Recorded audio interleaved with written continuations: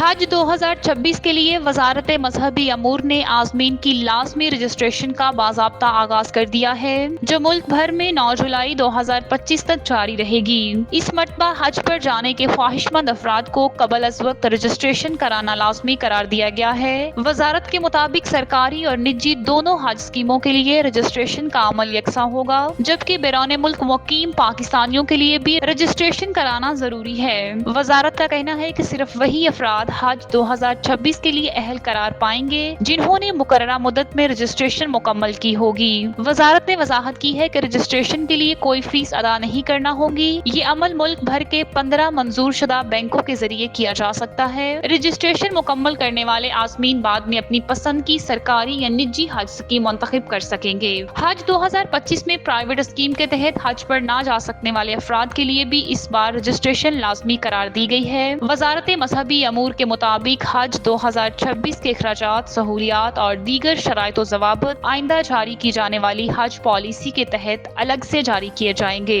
Registration کا یہ عمل حکومت سعودی عرب کی ہدایات پر کیا جا رہا ہے، جس کے تحت پاکستان کی حکومت سعودی حکام کو اعداد و شمار فراہم کرے گی تاکہ حج 2026 کے لیے پاکستان کا کوٹہ مقرر کیا جا سکے۔